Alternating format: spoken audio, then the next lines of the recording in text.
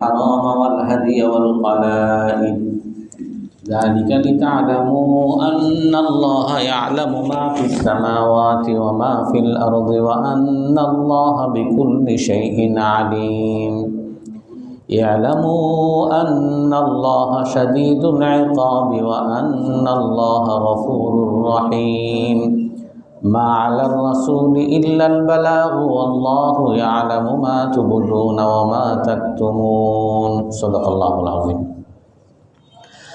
আল্লাহ তাআলা বলেন, আল্লাহ তাআলা কাবা বাইতুল হারামকে মানুষের জন্য জীবন ধারণের উপায় বানিয়েছেন এবং নিষিদ্ধ মাস কোরবানি এবং মালা, কোরবানির মালাকে আল্লাহ তাআলা মানুষের জীবন ধারণের উপায় বানিয়েছেন।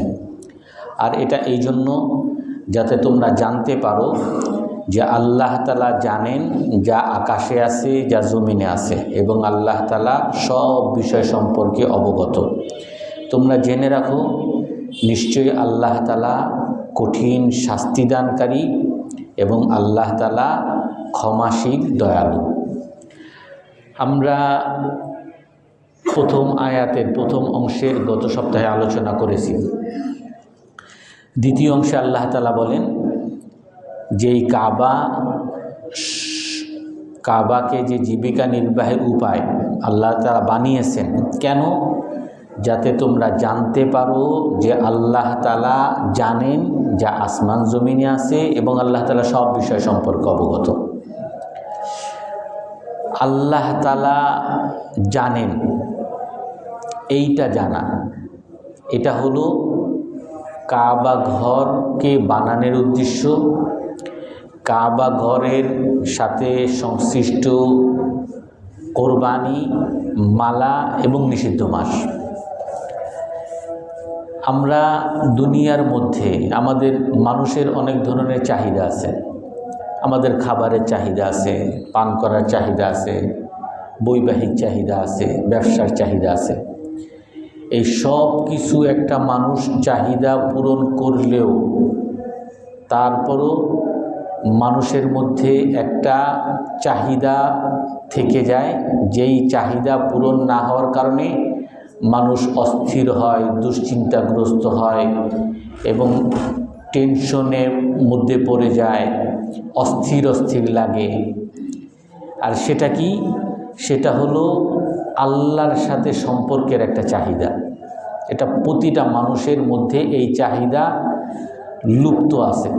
প্রতিটা মানুষের সাথে আল্লাহর সাথে একটা সম্পর্ক থাকা বা আল্লাহর সাথে সম্পর্ক করার একটা চাহিদা প্রতিটা মানুষের দরকার। এই চাহিদা যদি সে পূরণ না হয়, সে অস্থির লাগবে, তার অশান্তি লাগবে, তার দুশ্চিন্তায় পড়বে। টাকা আছে, পয়সা আছে, সুন্দর স্ত্রী আছে, গাড়ি আছে, বাড়ি আছে, তারপরও সে সুখ পাবে না। কারণ কি? এইগুলো যেমন আল্লাহ তাআলা একটা চাহিদা বানাইছেন, এমনিভাবে আল্লাহ তাআলার সাথে সম্পর্ক থাকা এটাও একটা মানুষের জন্য চাহিদা বানাইছেন। তো কাবা ঘরকে আল্লাহ তাআলা বানানোর আরেকটা উদ্দেশ্য হলো যে যাতে মানুষের ওই মানসিক চাহিদা, তার যে অন্তরের চাহিদা, আল্লাহর সাথে সম্পর্কের চাহিদা, এটা যাতে পূরণ হয়। কারণ হলো, আপনি দেখেন, যখন আপনি বাসায় থাকেন তো বাসায় আপনার মধ্যে অনেক ব্যস্ততা থাকে, ঘরের ব্যস্ততা, দোকানের ব্যস্ততা, আপনার চাকরি থাকলে চাকরির ব্যস্ততা, মানুষের আপনার আত্মীয় স্বজনের ব্যস্ততা। এই ব্যস্ততার মধ্যে লিপ্ত থাকার কারণে আল্লাহর সাথে যে একটা সম্পর্কের জন্য নিরিবিলি একটা বিষয়, এই বিষয়টা আপনার হয় না। আর এই জন্য আপনাকে আল্লাহ তাআলা কি বলছেন? আল্লাহর সাথে সম্পর্কের জন্য তোমাকে হজে আসতে হবে অথবা উমরায় আসতে হবে। অর্থাৎ আপনি আপনার বাড়ি থেকে দূরে আরেক দেশে চলে যাচ্ছেন, যেখানে যাচ্ছেন সেখানে আপনার চাকরি নাই, সেখানে আপনার ব্যবসা বাণিজ্য নাই, সেখানে আপনার আত্মীয় স্বজন নাই, সেখানে আপনি একেবারেই নিরিবিলি।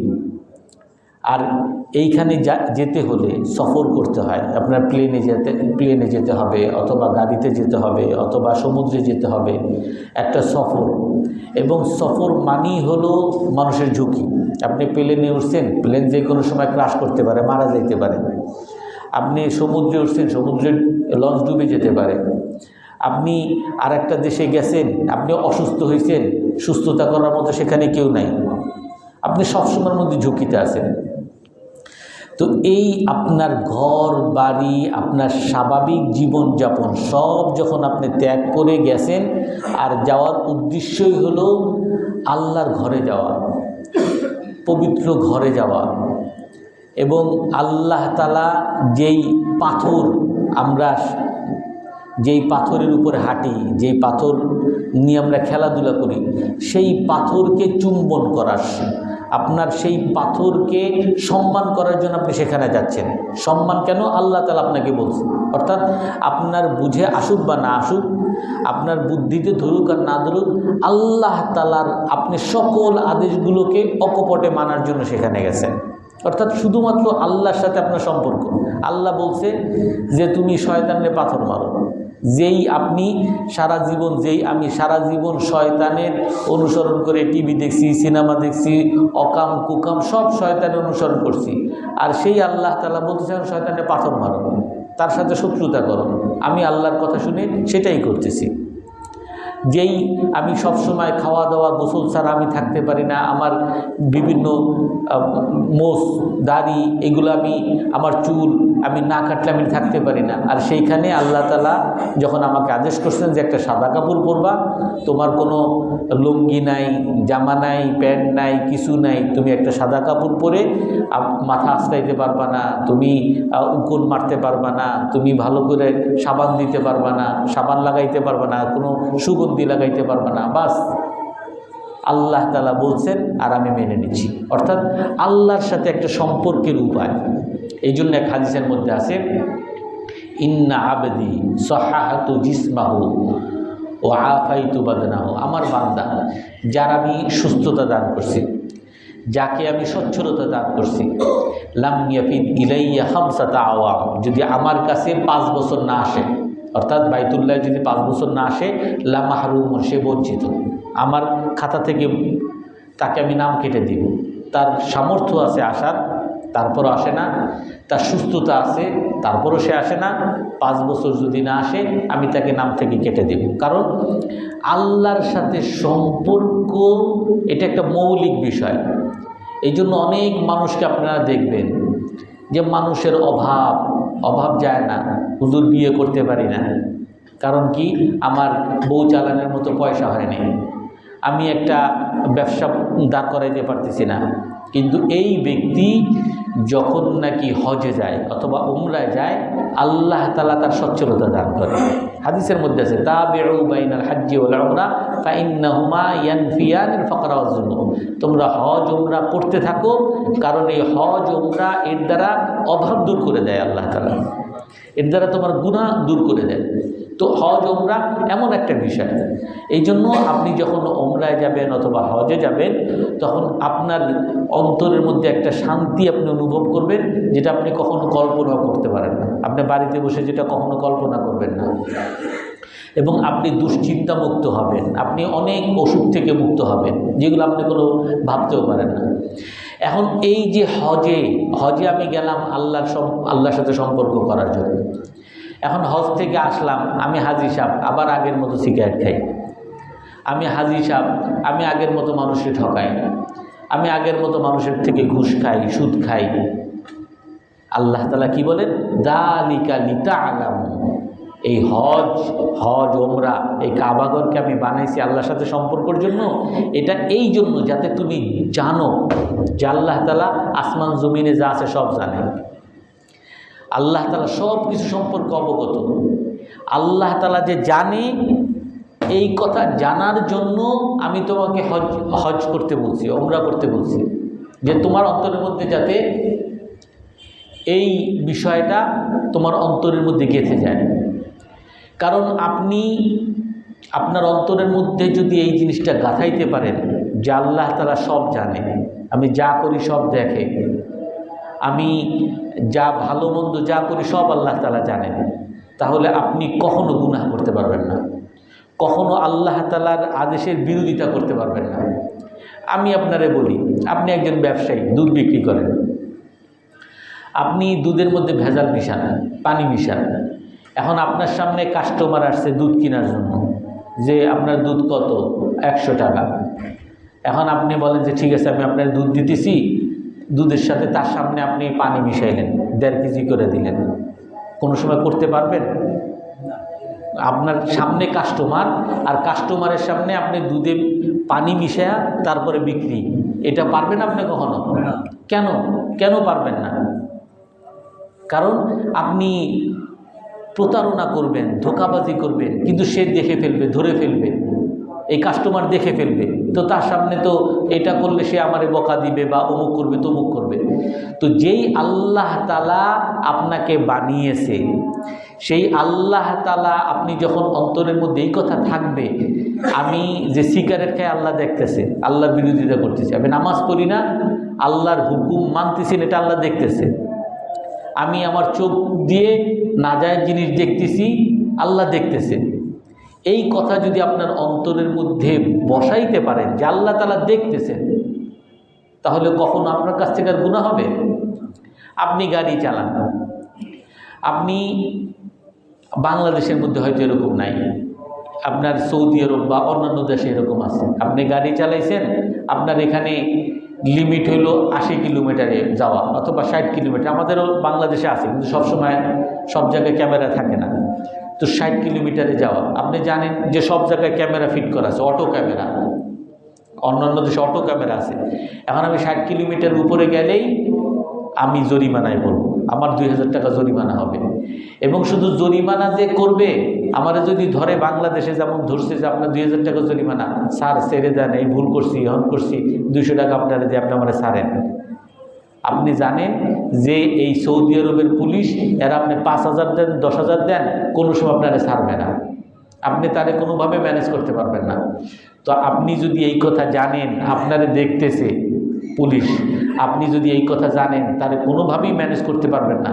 আপনি কি কোনো দিন ওই 60 কিলোমিটার উপরে চালাবেন?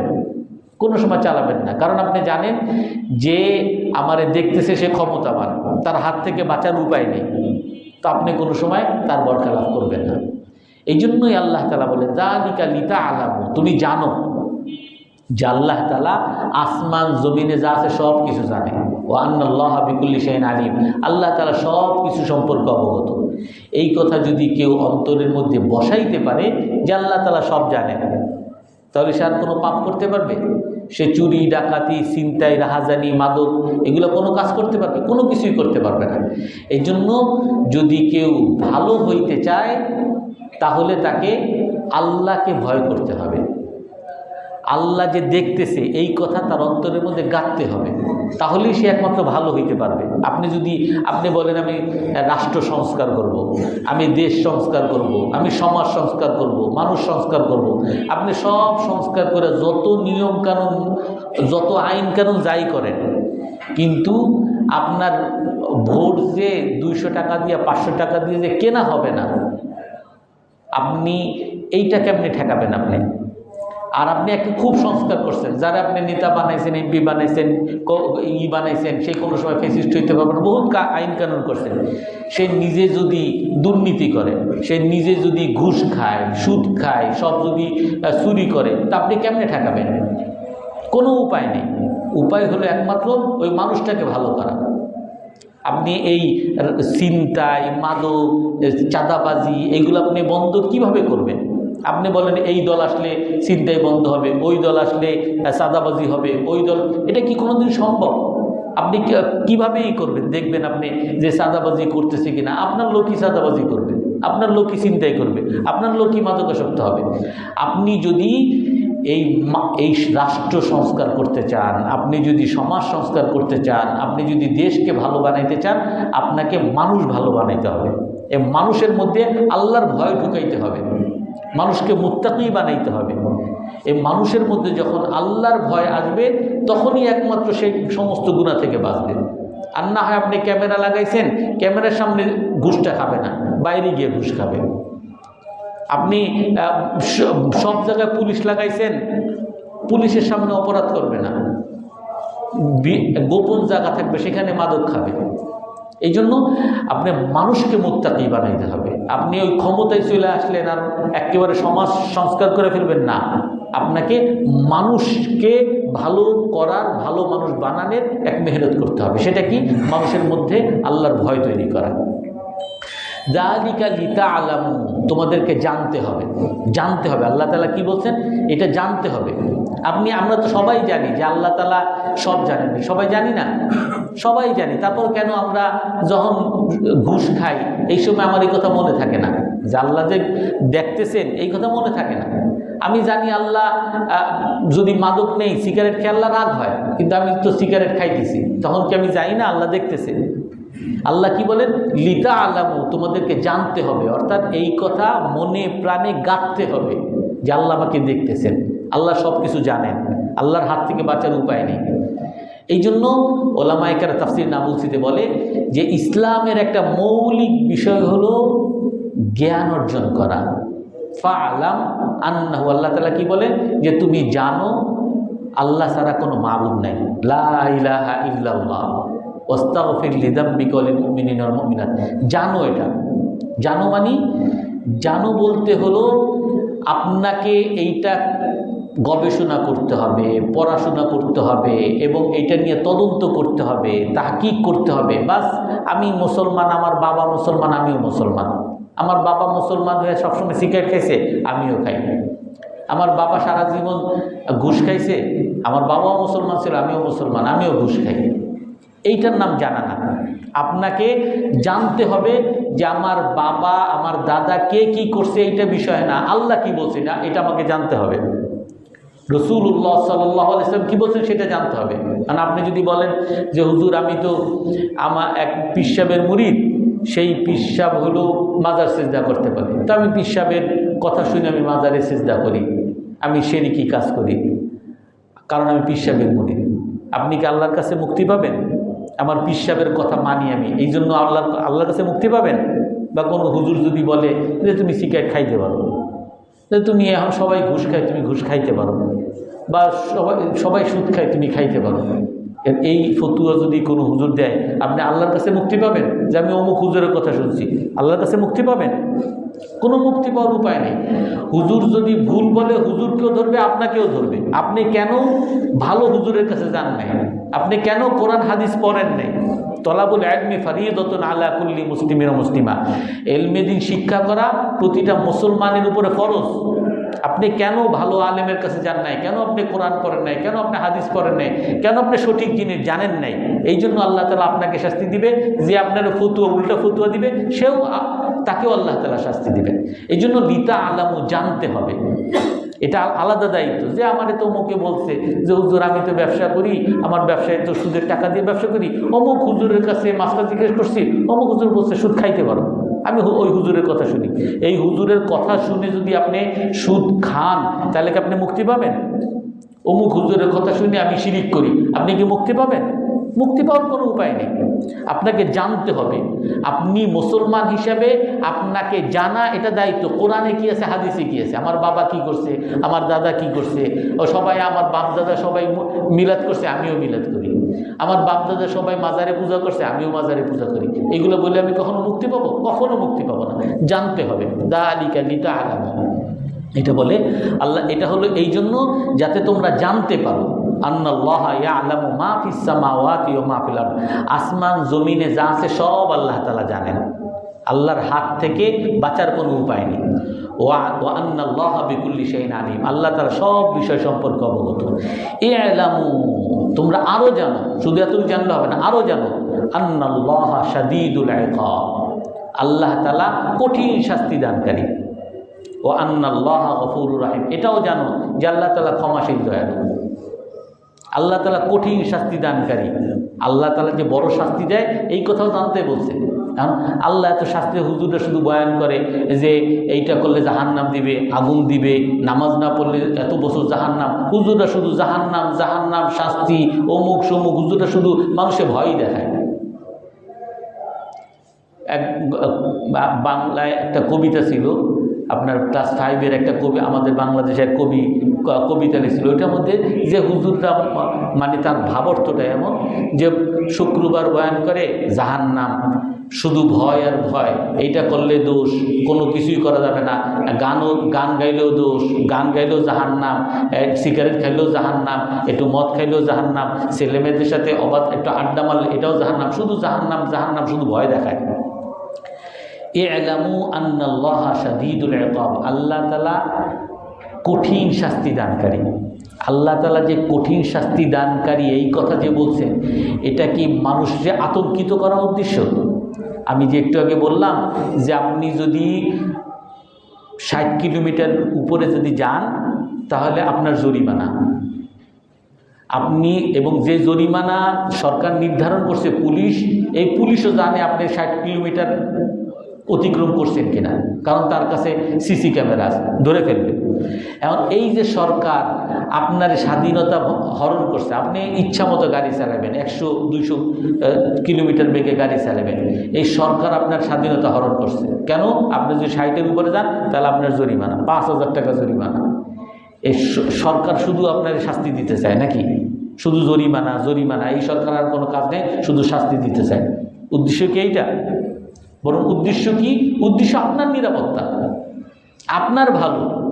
আপনি 60 কিলোমিটার উপরে গেলে আপনি অ্যাক্সিডেন্ট করবেন, আপনি নিজেও ক্ষতিগ্রস্ত হবেন, আরও মানুষকে ক্ষতিগ্রস্ত করবেন। তো আপনার এই যে জরিমানা এবং আপনি যে এই জরিমানার হাত থেকে বাঁচতে পারবেন না, এই সব হলো আপনার ভালোর জন্য। তো আল্লাহ তাআলার যে শাস্তি, আল্লাহ তাআলা যে শাস্তির কথা বলেন, এই যে বলে অনেকেই বলে যে শরিয়া আইন চাই না। কেন? শরিয়া আইনে পাথর মেরে হত্যা করা, ব্যভিচার করলে পাথর মেরে হত্যা করা, চুরি করলে হাত কেটে দেওয়া, তারপরে ডাকাতি করলে আবার শুলিতে চড়ানো, এগুলো কঠিন, নির্মম পাষণ্ড, কত কিছু। এই যে শাস্তিগুলো, ইসলামে যে শাস্তিগুলো, এগুলো কি মানুষকে কি আতঙ্কিত করার জন্য? আতঙ্কিত কি হবে? যে চোর, সে আর দ্বিতীয়বার চুরি করার সাহস পাবে না, যে ডাকাত সে দ্বিতীয়বার ডাকাতি করার সাহস পাবে না। আর এখন এই হত্যা করে 17 লাখ টাকা করে ছিনতাই করে ধরা পড়ছে, 1.5 মাস পরে মুক্তি পেয়ে গেছে। আবার আরেকজন একেবারে ডাইরেক্ট গুলি করে খুন করছে। আবার দেখা যাবে যে ওই মাস্তান, এক মাস্তানের পিছনে 20টা-30টা করে মামলা, তাও কি হত্যা মামলা। তারা দিব্যি ঘুরে আর মাস্তানি করে, চাঁদাবাজি করে। কেন? কারণ তার এই যে মাস্তানি করলে, চাঁদাবাজি করলে যে তার কোনো কিছু হবে না, তার এই ব্যাপারে কোনো ভয় নাই, কোনো আতঙ্ক নাই, যে এটা স্বাভাবিক, কোনো সমস্যা নাই। বলে জেলখানায় গেলে যদি যাওয়াও লাগে, জেলখানা আর এক শ্বশুর বাড়ি, আমি যে কয়দিন থাকি শ্বশুর বাড়ি থাকি, আবার বাইরে আসলে আবার সেই। কারণ কি? কারণ তার মধ্যে ওই আতঙ্কটা নাই। ইসলাম হলো এই যে আপনি চুরির হাত কেটে দেওয়া, এটা হলো আতঙ্কিত করার জন্য, যাতে চোররা দ্বিতীয়বার চুরি না করে, যাতে হাত কাটা থাকলে মানুষ দেখবে, আরে এর হাত তো কাটা, এই চুরি করলে তো এর এই অবস্থা হবে। প্রকাশ্যে শাস্তি দেওয়া, বলে যে আফগানিস্তানে প্রকাশ্যে শাস্তি দেয়। প্রকাশ্যে শাস্তি দেওয়া কেন? যাতে মানুষ দেখে, আরে যদি ডাকাতি করি এই অবস্থা হবে, বেবিচার করলে এই অবস্থা হবে, যাতে মানুষ দ্বিতীয়বার এই ধরনের কাজ করার সাহস না পায়। আর এই অপরাধ যদি না হয়, এটা কার লাভ? আমার লাভ, আপনার লাভ। যদি চুরি ডাকাতি ছিনতাই রাহাজানি না হয়, এটা কার লাভ? সমাজের লাভ, আমার লাভ, আপনার লাভ। তো ই'লামু আন্নাল্লাহা শাদীদুল ইকাব, তোমরা জানো যে আল্লাহ তাআলা কঠিন শাস্তি দানকারী, যে আল্লাহ তাআলা শাস্তি দানকারী। আমি হয়তো বা দুনিয়াতে হয়তো শাস্তি থেকে মুক্তি পাইলাম, আমি মাস্তানি সারা জীবন মাস্তানি আর ফেসিস মানুষের জুলুম করে একেবারে মারা গেলাম, আমি কি বেঁচে গেলাম? দুনিয়া থেকে আমি একেবারে বিরাট কি বলে আয়রন লেডি, লোহার রাজা, সে খুব প্রভাবশালী শক্তিশালী রাজা ছিল, মানুষের উপরে জুলুম নির্যাতন হত্যা গুম খুন সব করছে। সে দুনিয়া থেকে চলে গেছে, সে কি খুব সফল? সে মারা যাওয়ার পরে আল্লাহ ধরবে না? প্রতিটা খুনের জন্য দুনিয়ায় হয়তো তার কোনো বিচার হয় নাই, কোনো ফাঁসি হয় নাই, বিচার হয়, কিছুই হয় নাই, তাও কি সে সফল? মারা যাবে, সাথে সাথে আল্লাহর হাতে ধরা পড়বে। প্রতিটা গুমের জন্য, প্রতিটা খুমের জন্য, প্রতিটা জুলুমের জন্য, প্রতিটা দুর্নীতির জন্য আল্লাহ তাআলা শাস্তি দিতে থাকবেন। আল্লাহর হাত থেকে বাঁচার উপায় নেই। এটাই বলেন ইআলামু, জানো, দুনিয়ার আইন আদালত হয়তো বেঁচে যাইতে পারো, কিন্তু আন্নাল্লাহা শাদীদুল ইকাব, আল্লাহর শাস্তি অনেক কঠিন, আল্লাহর হাত থেকে বাঁচার উপায় নেই। আমরা অনেক সময় মনে করি যে আল্লাহ তাআলা কি আমাদেরকে দেখে না? মুসলমানরা শুধু মাইর খায়, সব জায়গায় শুধু নির্যাতিত নিপীড়িত হয়, আল্লাহ আমাদের পাশে কেন আসে না? আমরা অনেক সময় চিন্তা করি।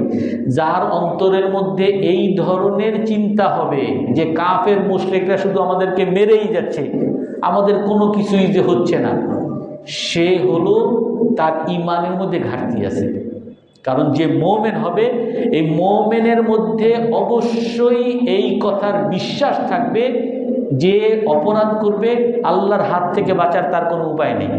আমি হয়তোবা একটা মানুষের জীবন দেখতেছি যে একটা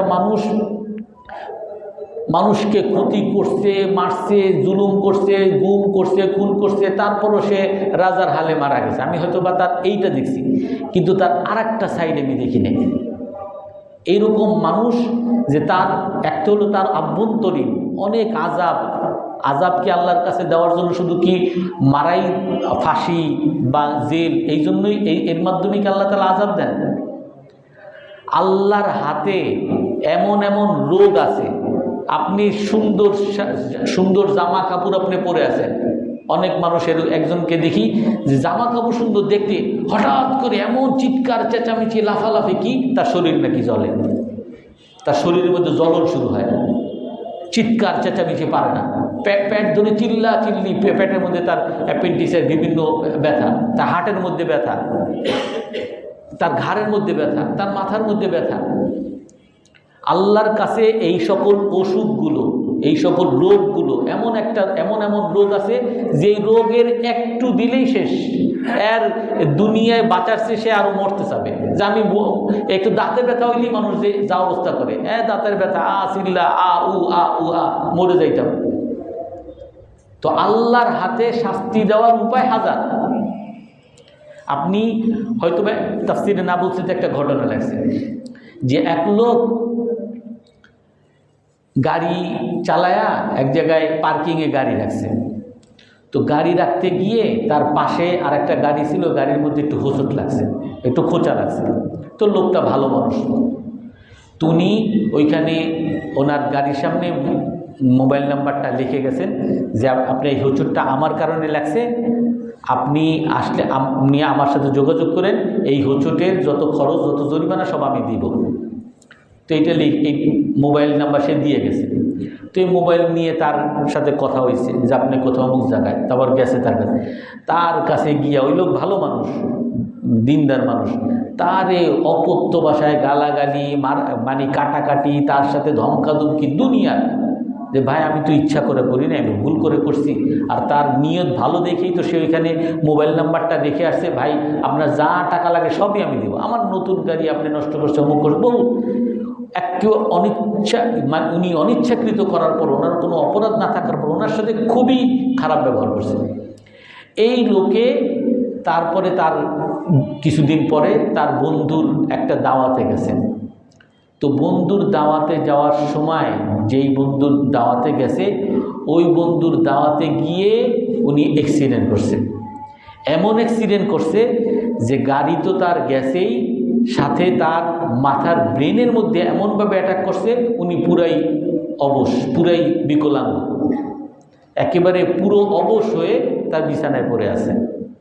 তো তাফসীরে নাবুসিতে বলে যে আল্লাহ তাআলা মানুষের বদলা এভাবেই দেয়। যে ব্যক্তি শুধু দেখবে যে এই গাড়িওয়ালারে ধমকাধমকি করছে, হ্যান করছে, হ্যাঁ খুব একটা বাহাদুর মানুষ, বড়লোক মানুষ দেখি ধমকাধমকি করছে, এর পরের পরিণতিটা সে তো আর দেখে না। এই জন্য সে অনেক সময় আল্লাহর উপরে খারাপ ধারণা করে না। আপনি যা করবেন সেরকম বদলা আল্লাহ তাআলা দুনিয়াতেই দিবে। আর দুনিয়াতে যদি আল্লাহ তাআলা কাউকে নাও দেন, আখিরাতে তো আল্লাহ তাআলা তার জন্য বরাদ্দ দিয়ে রাখছেন। এবং আল্লাহ তাআলার কথা যে জুলুমের শাস্তি আল্লাহ তাআলা দুনিয়াতেই জুলুম দিয়ে দিবেন। যদি কেউ বেয়াদবি করে বাবা মায়ের সাথে, আল্লাহ তাআলা দুনিয়াতেই তার বেয়াদবি সম্মুখীন করাবেন। এই জন্য এগুলো হলো একেবারে চিরাচরিত নিয়ম। এই ক্ষেত্রে একটা হাদিস আছে, রাসূল সাল্লাল্লাহু আলাইহি ওয়াসাল্লাম, হাদিস হযরত দাউদ আলাইহিস সালাতু ওয়াস সালাম আল্লাহর কাছে বলেন, হে আল্লাহ, আইয়ুল ইবাদি আহাব্বু ইলাইক, আপনার কাছে আপনার কোন বান্দাটা বেশি প্রিয়? তো আল্লাহ তাআলা বলেন, ইন্নাল্লাযী লা ইয়ামশি বিসসু, আমার কাছে ওই ব্যক্তি সবচেয়ে উত্তম যে মুখ দ্বারা কোনো বাজে কথাও বলে না, কোনো মানুষকে ক্ষতিও করে না। আর আমার কাছে সবচেয়ে প্রিয় মানুষ হলো ওই ব্যক্তি আহাব্বানি, যে আমাকে ভালোবাসে, ও আহাব্বামান আহাব্বানি, আর আমি যাকে, আমাকে যারা ভালোবাসে তাকেও ভালোবাসে, ও হাব্বাবানি ইলাইয়া, আর আমাকে মানুষের কাছে ভালো মানে, সে আমার কাছে সবচেয়ে প্রিয় মানুষ। তো হযরত দাউদ আলাইহিস সালাম আল্লাহর কাছে বলেন, হে আল্লাহ, ইন্নাকা তাআলাম, আপনি জানেন, আন্নী উহিব্বুক, আমি আপনাকে ভালোবাসি, ও উহিব্বু মান আহাব্বাক, আপনাকে যারা ভালোবাসে তাদেরকে আমি ভালোবাসি, নামাজি, রোজা, হজ যারা করে এদেরকে আমি ভালোবাসি, আপনি জানেন। ওয়াকাইফা উহাব্বিবুকা ইলাইহি, কিন্তু আপনি যে বলছেন আপনাকে মানুষের কাছে প্রিয় বানানো, এটা কেমনে করব? এটা তো বুঝি না। আমি আপনাকে ভালোবাসি, আপনাকে যারা ভালোবাসে তাদেরকেও ভালোবাসি, কিন্তু আপনাকে আমি মানুষের কাছে ভালোবাসার পাত্র কেমনে বানাবো? তখন আল্লাহ তাআলা দাউদ আলাইহিস সালামকে বলেন, যাক্কিরহুম বিআলাই, তুমি মানুষকে আমার ক্ষমতা সম্পর্কে বলো। ওয়াযাক্কিরহুম বিনিআমি, মানুষকে আমার নিয়ামত সম্পর্কে বলো। ওয়াযাক্কিরহুম বিবালাই, মানুষকে আমার বিপদ আপদ সম্পর্কে বলো। আমার কুদরত, আসমান জমিন কে বানাইছে? এই আসমান জমিনের মধ্যে এই যে আমাদের ভূমিকম্প, একটু যে 7 মাত্রার ভূমিকম্প হইলে বলে বাংলাদেশের সব বিল্ডিং নাকি 9 মাত্রার ভূমিকম্প হইলে সমস্ত বিল্ডিং মাটির সাথে মিশে যাবে। তো যেই আল্লাহ তাআলা 7 মাত্রার ভূমিকম্প দিছে, ওই আল্লাহর কাছে 9 মাত্রার ভূমিকম্প দিতে কোনো সমস্যা আছে? মুহূর্তের মধ্যে এক ভূমিকম্প দিবে, সাথে সাথে শেষ, পুরা দেশ খালাস। তো সেই জন্য আল্লাহর কুদরত, আল্লাহ কি না পারে। মহাকাশে আমরা যাইতে পারছি? যাই নাই, কিন্তু মহাকাশের মধ্যে পৃথিবীর মতো কোটি কোটি কোটি কোটি এরকম পৃথিবী আছে। এক একটা গ্লাক্সোতে এরকম কোটি কোটি পৃথিবী, কোটি কোটি সূর্য এরকম আছে। এই এখন বৈজ্ঞানিকরা এটা প্রমাণিত করছে। তো আল্লাহ তাআলা কত বড় ক্ষমতা। যখন এই ক্ষমতা মানুষ জানবে, তখন আল্লাহকে সবচেয়ে বড় মনে করবে। এবং মানুষকে আমার নিয়ামত সম্পর্কে বলো, আমি এত ক্ষমতাবান হইল, আমি মানুষকে খাওয়াইতেছি, পড়াইতেছি, চোখে দেখার ক্ষমতা কে দিছে? মুখে কথা বলার ক্ষমতা কে দিছে? শ্বাস প্রশ্বাস নেওয়ার ক্ষমতা কে দিছে? হাঁটা চলার ক্ষমতা কে দিছে? আমি খেলে হজম হয়, এই হজম কে করায়? আমার কোনো ডাক্তার করে দেয় হজম? এই সমস্ত কিছু আল্লাহ তাআলা প্রতি মুহূর্তে কোটি কোটি নিয়ামত দিতেছে। এটা মনে করো মানুষকে, এবং মানুষকে এটাও বলো যে আমার বিপদ, আমারে যদি না মানে আমি তাকে কেমন রোগ দিতে পারি, কেমন বিপদ দিতে পারি, পুরো পৃথিবী ধ্বংস করে দিতে পারি, তার ছেলে মেয়ে সবাই ধ্বংস মুহূর্তের মধ্যে আমি মেরে ফেলতে পারি। মানুষকে আমার বিপদ সম্পর্কে বলো। কারণ কি? বিপদ মানে কি আতঙ্কিত হব না, আল্লাহর ভয় থেকে আমি, আল্লাহর লঙ্ঘন থেকে, আদেশ অমান্য থেকে আমি দূরে থাকবো, এবং আল্লাহকে মানতে থাকবো, এবং আল্লাহর বড়ত্ব আমি আমার অন্তরে ধারণ করে আমি আল্লাহর আদেশগুলো, নামাজ, রোজা, হজ, যাকাত এগুলো করতে থাকবো। আমরা করতে থাকবো তো ইনশাআল্লাহ আল্লাহ তাআলা আমাদেরকে আমল করার তৌফিক দান করেন। কারো কোনো প্রশ্ন আছে?